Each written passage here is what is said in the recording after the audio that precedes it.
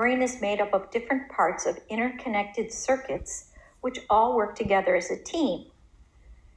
Different brain circuits are responsible for coordinating and performing certain functions. The networks of neurons send signals back and forth to each other and among the different parts of the brain, the spinal cord, and nerves in the rest of the body, the peripheral nervous system. So,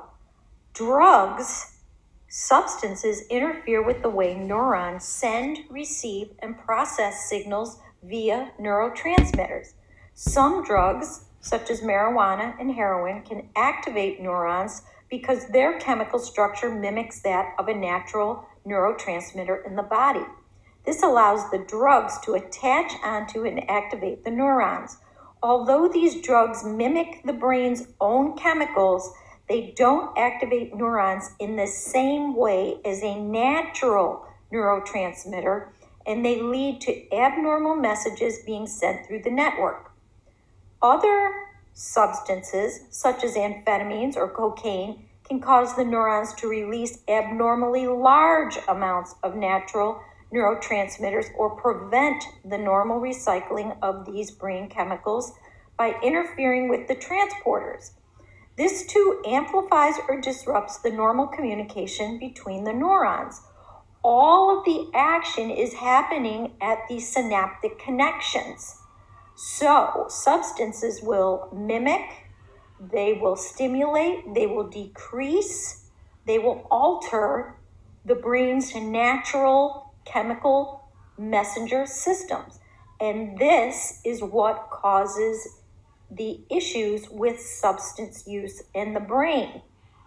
Drugs can also alter important brain areas that are necessary for life-sustaining functions and can drive the compulsive drug use that marks addiction. Drugs also affect different areas of the brain.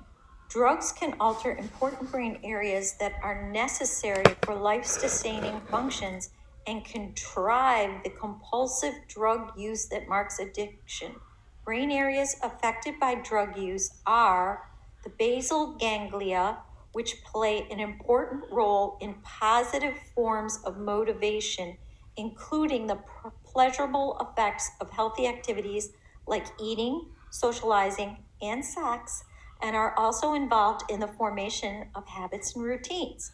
These areas form a key node of what is sometimes called the brain's reward circuit. Drugs overactivate this circuit, producing the euphoria of the drug high, but with repeated exposure, the circuit adapts to the presence of the drug, diminishing its sensitivity and making it hard to feel pleasure from anything besides the drug. So if your body is producing dopamine, which is, we call it the pleasure neurotransmitter, and you keep adding substances aside from your natural dopamine, what's going to happen is eventually the dopamine will stop producing, and the result, no surprise, is you need more cocaine, some other substance to alleviate it, whether it's an endorphin for pain or dopamine for pleasure.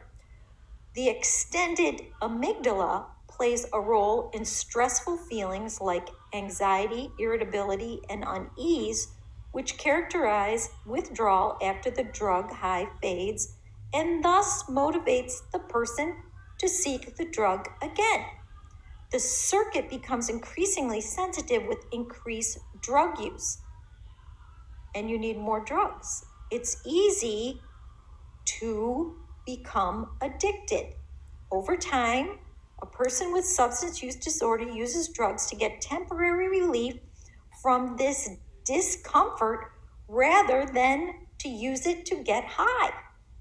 The prefrontal cortex, which you know is at the front of the brain, empowers the ability to think, plan, solve problems, make decisions, and exert self-control over impulses. We also know that the prefrontal cortex is not fully developed until a person is 25 years old. This is the last part of the brain to mature, and hence why teenagers so easily become addicted to substances. They're vulnerable to it. Shifting balance between this circuit and extended amygdala make a person with a substance use disorder seek the drug compulsively with reduced impulse control.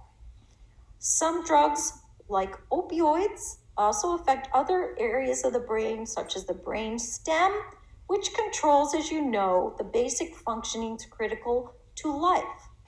The medulla, which is responsible for heartbeat and breathing. And the reticular formation, which you may remember from intro, was responsible for arousal, sleeping.